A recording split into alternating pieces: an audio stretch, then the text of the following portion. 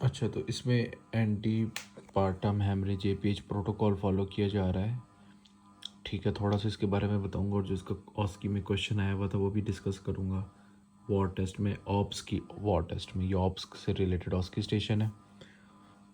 ये तो सारा नज़र आ ही रहा है कि एपीएच प्रोटोकॉल ऑस्की में आता है, और इसकी जो डेफिनेशन है वो है vaginal bleeding after 20 weeks of gestation till the onset of labour is known as antepartum haemorrhage. याद रखने वाली जो वर्ड है वो है आफ्टर 20 वीक्स। 20 वीक से पहले जो होगा उसको हम अबॉर्शन कह देते हैं। ठीक है, बेंच मार्क इज 20 वीक्स। इसकी कॉजेज 3 होती है, प्लेसेंटल, फीटल, मेटर्नल। प्लेसेंटल में placental abruption, placenta praevia. Foetal में वेजा प्रीविया, और मेटर्नल में trauma, cervical ectropion, cervical carcinoma, vaginal infection, cervicitis and polyp. History में जो चीज़ें हम पूछेंगे वो भी इसमें लिख दी हैं। जो उसकी क्वेश्चन है वो ये नहीं है, वो आगे आएगा, ये तो मैं वैसे बता रहा हूँ इंपॉर्टेंट चीज़ें। इसके अलावा जो जो ये है एग्जामिनेशन भी ये आगे कवर हो जाएगा, वैसे इसमें देखा जा सकता है।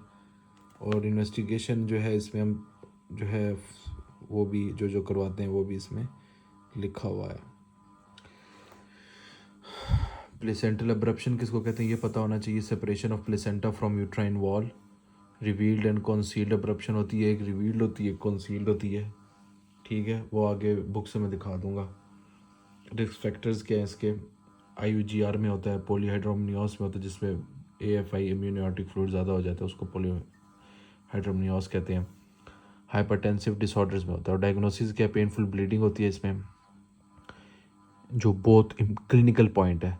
पेनफुल ब्लीडिंग एब्रप्शन में होती है, जबकि प्लेसेंटा प्रीविया में नहीं होती। और पेनफुल एब्डोमेन और यूट्रस वुडी हार्ड होता है, स्टोनी या वुडी हार्ड। और अल्ट्रासाउंड में ब्लड देखा जाता है।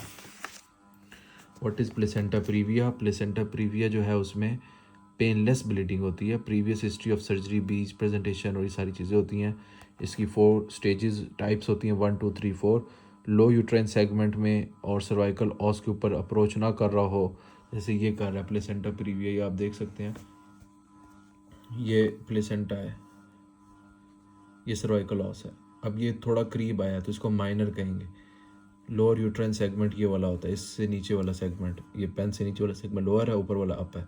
तो अप होना चाहिए, वैसे ऊपर इस इधर कहीं होना चाहिए। ठीक है ना, ये इसकी नॉर्मल पोजीशन है, लेकिन ये अब नीचे आया हुआ है, तो ये हम प्लेसेंटा प्रीविया कहेंगे। और इधर तो इसने सर्वाइकल ऑस को पूरा कवर कर दिया कंप्लीटली। ठीक है, तो यही चीज़ ने कहा है कि अगर लोअर यूट्राइन सेगमेंट में आ जाए लेकिन सर्वाइकल ऑस को अप्रोच ना करे तो 1 है ग्रेड।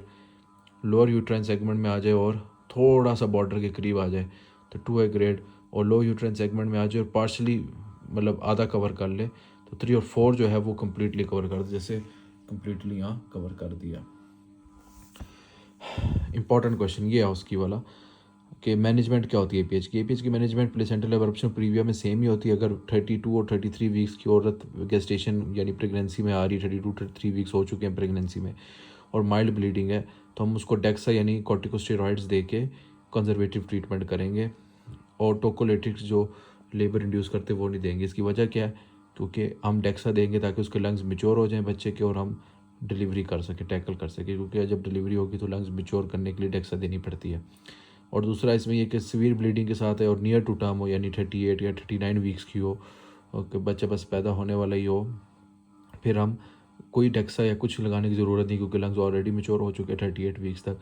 इररिस्पेक्टिव ऑफ एज, जितनी भी एज की होगी हम उसको फ़ौरन डिलीवर करेंगे और इसमें टोकोलिटिक्स देंगे। तो मैनेजमेंट अब्रप्शन और प्रीविया दोनों के लिए सेम है। Never do vaginal examination prior to ultrasound, afterwards do it. इस केस में प्लेसेंटा प्रीविया के केस में कभी भी वजाइनल एग्जामिनेशन नहीं करनी, उससे वेसल्स और ज़्यादा रप्चर होंगी और ज़्यादा ब्लीडिंग हो सकती है। अल्ट्रासाउंड का वेट करना है और उसके बाद करनी है। बाकी फ़िलहाल हम एब्डोमेन को पेल्पेट कर सकते हैं, और एब्डोमेन को जब पेल्पेट करेंगे तो हमें यूट्रस वुडी हार्ड मिलेगा, पेनफुल एब्डोमेन मिलेगा, तो हम उसे थोड़ा बहुत डायग्नोसिस कर सकते हैं, लेकिन वजाइनल एग्जामिनेशन नहीं करेंगे। वेजा प्रीविया क्या होता है, फ्लूइड वेसल्स, जो फीटल की जो वेसल्स होती हैं वो अगर सर्वाइकल ऑस के ऊपर आ जाए, it is not the placenta but fetal vessels. और ये APH में होता है, सीवियर APH में आता है। अल्ट्रासाउंड इसको कैप्चर नहीं कर सकता। जब पेशेंट लेबर में जाता है और जब वो रप्चर होती हैं वेसल्स तब गश ऑफ ब्लड आता है, तब उसको हम डायग्नोस करते हैं और एमआरआई इसको कैप्चर कर लेता है।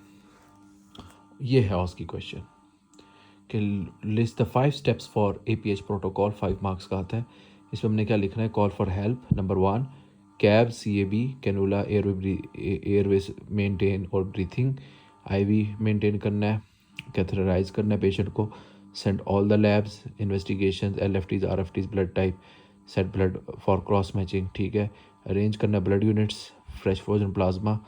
अब या इस 6 स्टेप तक APH की और पोस्टमार्टम हेमरेज की सेम प्रोटोकॉल है सारे 6 स्टेप्स तक। यहाँ से आगे दोनों डिफरेंट हो जाते हैं। PPH अभी आगे हम पढ़ेंगे, तो यहाँ तक सारे सेम है APH और PPH।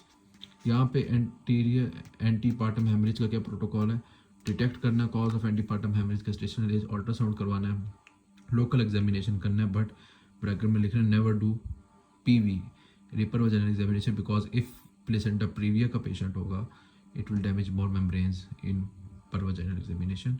और 10th में अंडरलाइंग कॉज। तो ये मेथड हमने लिखने होते हैं जब ऑस्की का क्वेश्चन आता है, ठीक है।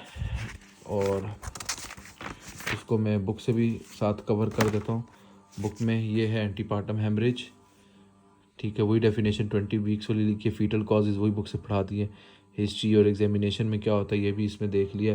प्लेसेंटल अब्रप्शन क्या होती है ये देख ली, जिसमें pre mature separation of placenta हो जाता है। वार्निंग साइंस क्या होते हैं, collapse, feeling cold, painful abdomen, vaginal bleeding, ठीक है। प्लेसेंटल अब्रप्शन की क्या होती है ये इसमें लिखे हुए हैं।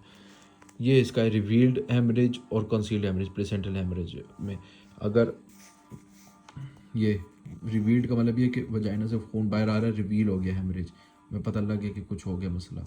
लेकिन अगर हेमरेज इस तरह हुआ है तो ये कंसील्ड हमें पता ही नहीं लग रहा, इसमें पेनफुल एब्डोमेन मिलेगा। प्लेसेंटल एब्रप्शन की 2 टाइप्स, ये प्लेसेंटा प्रीवी है, इसमें मेन पॉइंट है पेनलेस ब्लीडिंग है, क्लिक पॉइंट, ठीक है। ये इसकी 2 पिक्चर्स हैं, ठीक है। मैनेजमेंट में एंटी फंगल देते हैं, लेकिन जो ऑस्की का क्वेश्चन है वो मैंने उधर बता दिया। पेनलेस फ्रेश वजाइनल ब्लीडिंग जो होती है वो वेजा प्रीविया में पेनलेस ब्लीडिंग होती है, याद रखना है।